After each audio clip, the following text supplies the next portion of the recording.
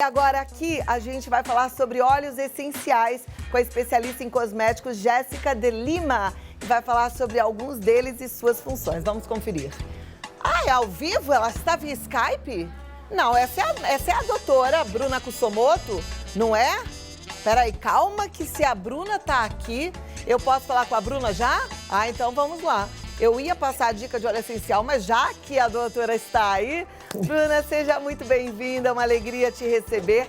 Deixa eu apresentar para quem não conhece, a Bruna Kussomoto é advogada, ela sempre traz para a gente muitas informações sobre o direito, sobre nossos direitos e deveres, né? E hoje as informações sobre imóveis, para a gente evitar uma decisão precipitada, tomar cuidado com algumas tentativas de golpe, enfim, para a gente poder regularizar a situação dos nossos imóveis, comprar e até mesmo vender. Bruna Kussomoto, seja muito bem-vinda. Tudo bem, muito obrigada mais uma vez por estar aqui, é sempre uma honra e uma alegria. Alegria nossa, obrigada pelo seu tempo com a gente. Você sabe que esse é um assunto muito vasto, né? E as pessoas hoje, elas estão realmente precisando de informações, até porque tem muita gente precisando vender alguns imóveis que elas nem imaginavam terem que mexer e estão olhando para isso agora. Qual é a maior demanda no seu consultório? As pessoas te procuram para resolver essas questões imobiliárias em que sentido? Olha, a maior demanda que eu tenho aqui no escritório é regularização de imóvel, ou seja, comprou o imóvel e não existe matrícula desse imóvel, só tem a posse. E aí as pessoas vêm me procurar para fazer um processo que a gente chama de uso capião. E, além disso, para compra e venda de imóvel, muitas pessoas se sentem inseguras em comprar imóvel e assinar um contrato e não entendem nada que está escrito, só sabe a parcela. Então as pessoas também procuram bastante o escritório para a gente poder orientar, mostrar onde pode ser uma pegadinha, onde a pessoa tem que tomar cuidado. Perfeito. Agora, tem uma coisa também que eu acho que todo mundo tem interesse em saber, é assim, o que envolve a compra de um imóvel? Não é só o preço do imóvel, a gente tem algumas taxas, algum dinheiro que a gente vai precisar desembolsar para regularizar este imóvel? Bom, a compra do imóvel, gente, você sabe que no Brasil e no mundo tudo existe um imposto, né? Então, já começa por aí.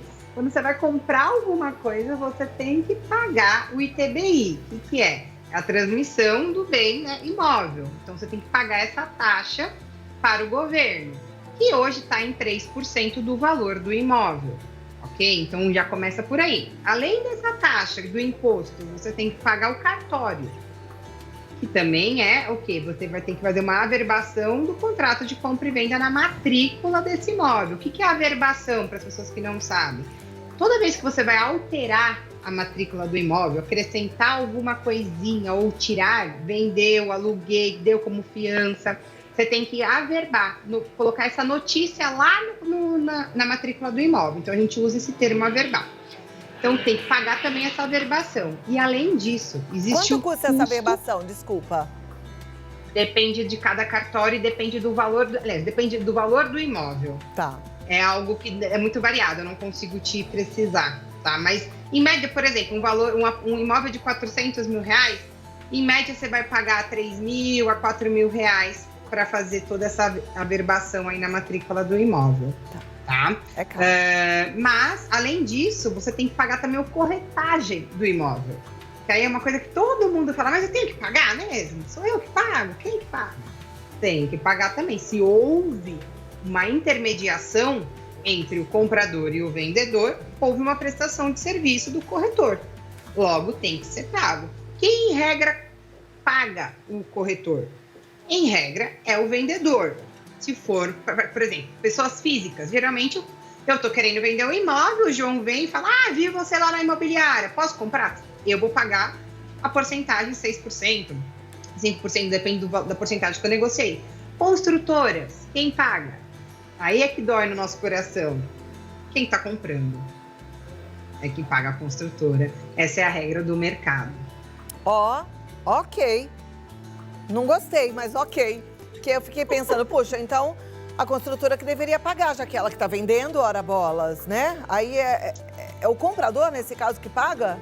Injusto, né, gente? Tá no contrato, é injusto. Mas o que acontece? Quando você vai negociar num plantão de venda uma compra, o corretor te atende. Eu, Bruna, e o judiciário muitas vezes decidiu que, antes de ter, tá, a lei que a gente chama a lei das construtoras, do lobby das construtoras, tinha uma discussão enorme no judiciário, que quem tem que pagar é a construtora, foi ele que contratou o corretor. Óbvio. E a gente conseguia reverter isso no judiciário. Diante de tamanhas demandas para discutir referente quem paga o corretor na questão de construção, se era a construtora ou se era o consumidor, criou-se uma lei, que a gente fala que é o lobby das construtoras, totalmente favorável às construtoras. A gente não entende o porquê, mas foi assim que foi decidido.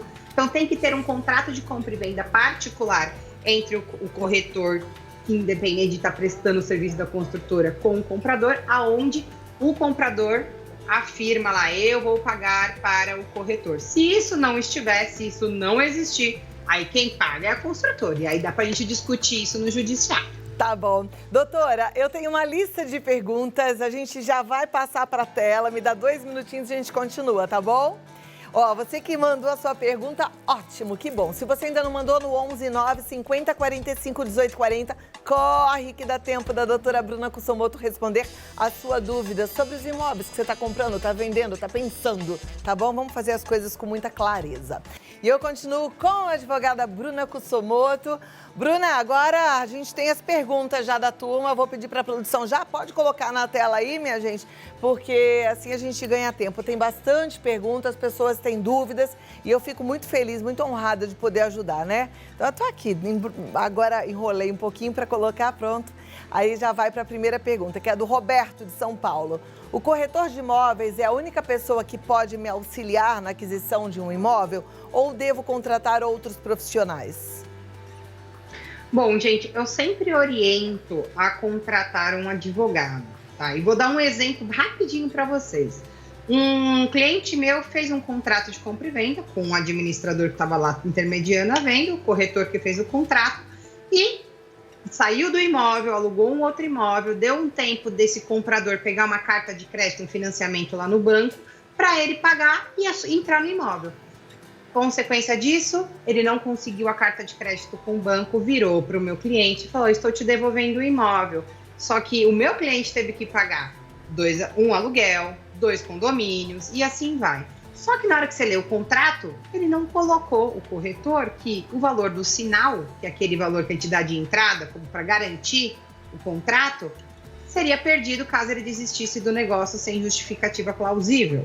Ou seja, o meu cliente comprador teve que assumir todo o dano, né? Todo o dinheiro de pagar, alugar, pagar 2 condomínios e tudo mais. Porque quem auxiliou a compra e venda não foi um advogado, foi um corretor. Não estou falando, pelo amor de Deus, que os corretores não sabem fazer isso. Mas eu sempre falo, contrate um advogado para auxiliar. O corretor, ele vai fazer a intermediação na compra e venda. O advogado vai fazer o contrato e analisar as cláusulas desse contrato para você. Tá, ok. Agora, Bruna, você falou ainda há pouco que o percentual da corretagem é de 6% do valor do imóvel. E quanto custaria para o advogado? Também é cobrado o percentual do imóvel? Como é que é feita essa cobrança para a gente poder entender de modo geral? Não existe uma regra, tá? Existe uma tabela da OAB, que é uma tabela mínima de cobrança. A gente, em média, tem advogados que cobram fixo, então cobram para analisar o contrato, e aí fica, sei lá, 2 salários mínimos, até 5 salários mínimos, dependendo da quantidade de documento para ser analisado. Ou tem advogados que cobram por porcentagem, 3% do valor, 1% do valor do imóvel. Isso depende de cada advogado. Tá, ok. Bom, pra gente entender, para também não ser enganado, porque a gente sabe que existem profissionais e profissionais, né, de todo tipo. Então é bom a gente ficar aí com o olho bem vivo para não cair numa roubada. Próxima pergunta já vai pra tela, vamos lá. Gente, atenção, porque a pergunta de um ajuda o outro, tá bom? Porque somos parecidos com as questões parecidas. A Marina de Jaú, ela diz assim, encontrei um bom imóvel e por um preço bem abaixo do mercado. Pode ser uma armadilha? Pode. E eu vou dizer por quê. E pode não ser, né? Mas a gente sempre tem que pensar no pior para depois usufruir do melhor. Você tem que perguntar exigir toda a documentação do vendedor. O que significa toda a documentação? Certidão de protesto, certidão trabalhista, certidão fiscal, certidão da união, do imóvel, se tem condomínio, se tem débito, certidão de negativa de débito de condominial, tudo tem que ser pedido. E da esposa também, porque se dependendo do regime de bem dela, se comunique e ela também tem consequência nisso. Além disso, que é muito importante, se ele tem empresa, pedir certidões trabalhistas, fiscais, as mesmas certidões da empresa. Aí todo mundo me pergunta, mas Bruna, por quê? Porque, gente, existe uma coisa no direito que chama desconsideração da personalidade jurídica. O que é? Eu deixo de pegar os bens da empresa, porque, por exemplo, a empresa não tem bem nenhum, e vou pegar os bens dos sócios. O que são os bens dos sócios? Esse imóvel aí que tá baratinho para você. E aí, quando existe esse momento no processo, o juiz manda penhorar esse imóvel, que em regra está no nome da pessoa física. Portanto, quando você compra, você não consegue mais ter paz, porque toda hora você vai ter que ficar comprovando que você comprou o imóvel e que simplesmente esse imóvel não tinha nada a ver com esse processo. Só que como que você prova isso? Demonstrando para o juiz que você analisou todas as certidões e você foi compradora de boa fé. Logo, quando você mostra todas as certidões que estavam negativas, você não pode ser prejudicada, esse negócio não pode ser anulado. E aí sim você demonstra boa-fé através dessas certidões. Se você não exigir essas certidões, você pode perder o imóvel e dificilmente, se está devendo para um, ele vai conseguir te ressarcir, né? Tá joia. Vamos lá para a próxima pergunta. Tá vendo, gente? Olho vivo em tudo, tá? O Anderson de Arapongas, no Paraná. Caso eu compre um imóvel e não consiga concluir os pagamentos, perco todo o dinheiro que já foi investido? Não. Vamos lá, existem duas situações aqui de compra de imóvel. Compra de imóvel na planta, existe uma lei específica, que é a lei que a gente fala, a lei das construtoras, que você perde até 50% do valor que você pagou. Se tiver um tal de regime de afetação no imóvel, vou tentar traduzir isso um pouquinho mais simples, tá, gente? Quando você compra um imóvel na construção, o próprio construtora dá esse imóvel em garantia para o banco. Porque o banco vai antecipar todo o valor para a construção, independente da venda, né? É difícil você vender tudo de uma vez. Então, ele antecipa e vai construindo. Se tiver esse regime constando lá no seu contrato, você pode perder até 50% do que você pagou. Agora, se não tiver, você perde 25%. Antigamente, até 2019, existiu um boom de ações que aconteceu bem na nossa crise de 2013, 2014, das pessoas rescindindo o contrato e entrando no judiciário para negociar essa devolução. Muitos juízes davam até 90% de devolução e 10% com a construtora, como o tal do prejuízo administrativo e tudo mais. Só que agora surgiu uma lei. Lembra a lei que eu acabei de falar? A lei das construtoras, onde regulamentou isso para parar de entrar com inúmeras ações no judiciário. Então, ficou 25% de retenção para a construtora, até 50%, dependendo do tipo de contrato da construção. Contrato de pessoa física, tá? Existe um sinal que você perde e o valor que você pagou, você pode tentar, na negociação, algum ressarcimento. Agora, depende muito do estágio que você parou de pagar. Porque, querendo ou não, vamos supor, você quer devolver o imóvel, mas você usufruiu do imóvel por 5 anos. E aí, ele deixou de receber aluguel, por exemplo, ou vender para outras pessoas. Então, é muito relativo isso, você perde todo o pagamento. Depende do estágio, da forma, qual tipo de contrato que você fez. Agora, vamos supor que a pessoa comprou esse apartamento, esse imóvel na planta, e aí ela tinha lá, sei lá, a parte da construtora, e depois ela vai ter a parte do financiamento com o banco, que ela já acordou na compra do imóvel. Ela não tem mais condições de pagar, aí ela quer vender esse imóvel, ela consegue vender? Como é que faz com esse financiamento? Financiamento que foi concedido ao primeiro comprador, ele é repassado automaticamente para o segundo? Como é que é isso?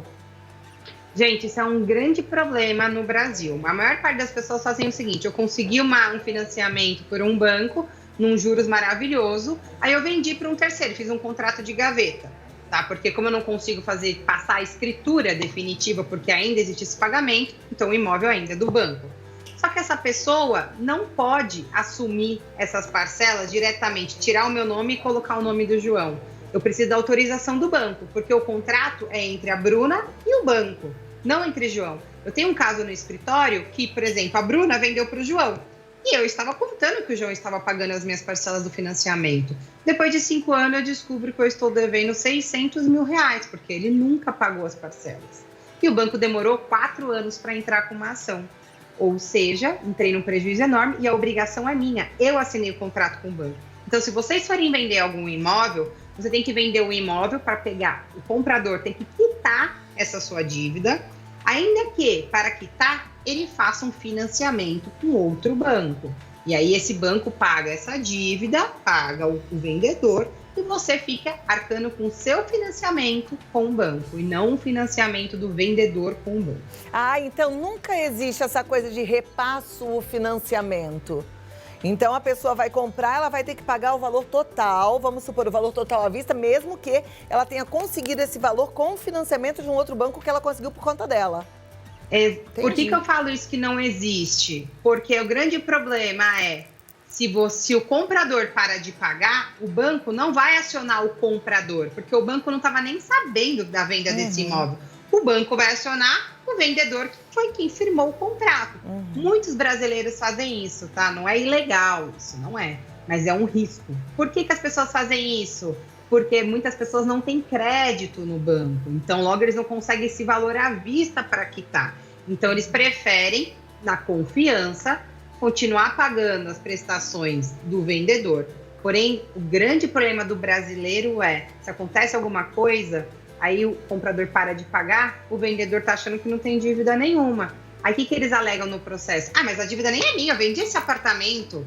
E o juiz fala, não, mas quem assinou o contrato foi você com o banco. Então você responde, depois você entra com uma ação contra o comprador. Ai, vamos fazer o seguinte? Prestar atenção em tudo, contar com o apoio de uma boa advogada. Bruna Kussomoto é uma delas. Muito obrigada, Bruna, e até a próxima oportunidade. Uma boa semana para você. Um beijão, vocês também.